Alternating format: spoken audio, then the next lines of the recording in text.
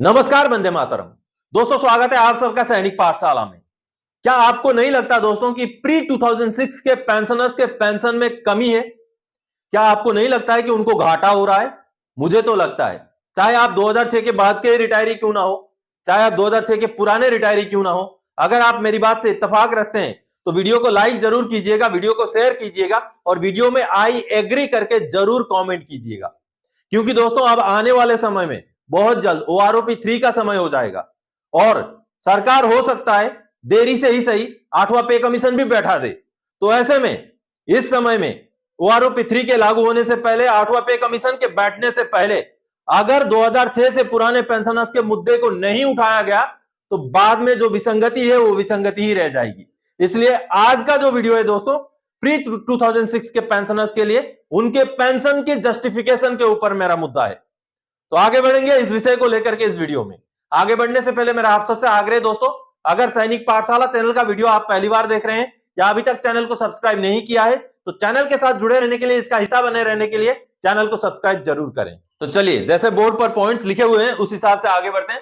सबसे पहला पॉइंट दोस्तों एनएफयू से जुड़ा हुआ है। एनएफयू केस, सरकार 20 या 21 मार्च को अपना केस वापस लेगी। अब फौजी अधिकारियों को भी एनएफयू मिलना तय। जी हां दोस्तों, कर्नल मुकुल जो कि एनएफयू केस के वकील हैं, उन्होंने यह जानकारी दी है ट्विटर के माध्यम से। जैसे आप मैसेज देख पा रहे हैं कि 20 या 21 मार्च तक के लिए सरकारी वकील ने जो है समय मांग लिया है, अटॉर्नी जनरल ने। अब उस समय में जो है क्या होगा आगे 20 या 21 मार्च को, ये उन्होंने ये बताया कि अब सरकार जो है, जो अपना याचिका सरकार ने लगाया है एनएफयू केस के खिलाफ, यानी कि एनएफयू ना देने के लिए, उस याचिका को सरकार विड्रॉ करेगी। अब इसके ऊपर मेजर जनरल सतवीर सिंह साहब ने एक सवाल किया है। मेजर जनरल सतवीर सिंह आपको पता होगा ओआरओपी से जुड़ा हुआ बड़ा नाम है। अब उन्होंने सवाल किया है कि सरकार ने इस समय में समय मांगा, यानी कि आचार संहिता लागू होने की वजह से हो सकता है इस केस को डिफर कर दिया जाए। लेकिन मुकुल साहब बोलते हैं कि आचार संहिता का लीगल प्रोसीडिंग्स में कोई भी असर नहीं होता है। आचार संहिता अपनी जगह पर लागू रहेगा और ये जो लीगल प्रोसीडिंग्स है, कोर्ट का जजमेंट देना, कोर्ट में केसेस चलना, वो बदस्तूर चलता रहेगा।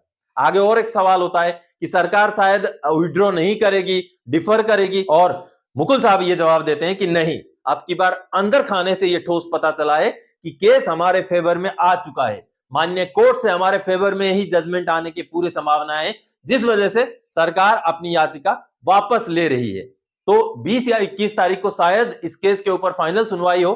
जो भी होगा आगे आने वाले समय में हमें दिख जाएगा। लेकिन दोस्तों, अगर सरकार एनएफयू की याचिका को वापस ले लेगी तो क्या इसका मतलब यह होगा कि माननीय दिल्ली हाईकोर्ट से अगर इक्वल एमएसपी के फेवर में जो है अगर जजमेंट आए तो सरकार उसको सुप्रीम कोर्ट में अपील नहीं करेगी? अगला पॉइंट मेरा यही है। देखिए, क्या इसी तरह से सरकार इक्वल एमएसपी पर भी ऑनरेबल सुप्रीम कोर्ट का रुख करे बगैर ही हाई कोर्ट के आदेश पर ही लागू कर सकती है इक्वल एमएसपी 15,500? दोस्तों, अब ये जो एनएफयू वाला केस जो है, ये सुप्रीम कोर्ट गया था 2016 में।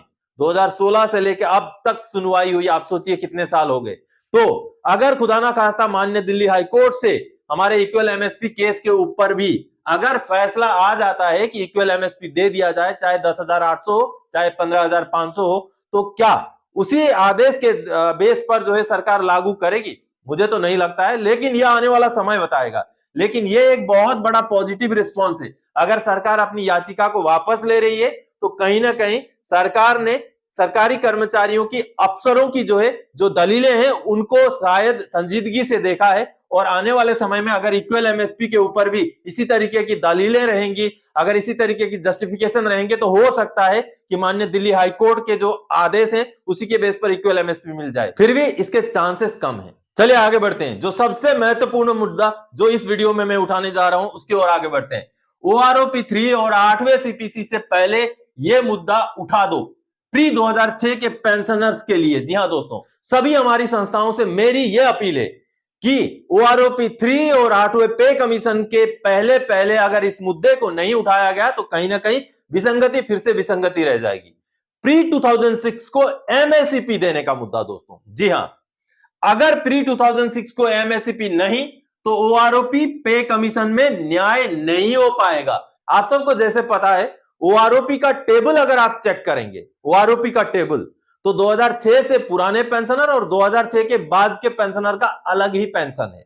जी हां, हालांकि टेबल अलग नहीं कर दिया गया, सभी को 7 नंबर टेबल में ही रखा गया है। जैसे एक्स ग्रुप वाले को अलग अलग टेबल किया गया है, वाई ग्रुप वालों का या 2016 से पुराने पेंशनर्स का टेबल तो एक ही है, लेकिन 2006 से पुराने पेंशनर्स को कम फायदा मिल रहा है, 2006 के बाद के पेंशनर्स को फायदा अच्छा मिल रहा है। तो इसका जो असर है वो एमएससीपी की वजह से हो रहा है दोस्तों। मान लीजिए 2006 से पुराना पेंशनर है, सिपाही है, उसको 18,807 रुपए बेसिक पेंशन मिल रहा है, लेकिन 2006 के बाद का सिपाही है, अगर एमएससीपी लिया हुआ है उसने नायक का तो 20,107, और अगर हवलदार का लिया हुआ है तो 21,782, सेम लेंथ ऑफ सर्विस के लिए, 17 साल के सर्विस के लिए ही।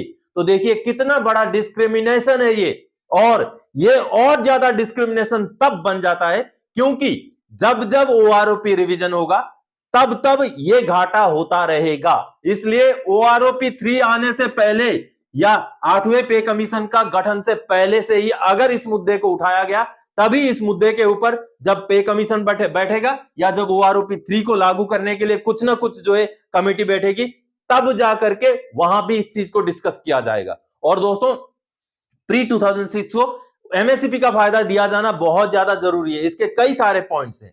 सबसे पहला पॉइंट तो एमएससीपी फाइनेंशियल अपग्रेडेशन है, ये कोई रैंक है नहीं, तो क्यों 2006 से पुराने पेंशनर्स को इसका घाटा हो।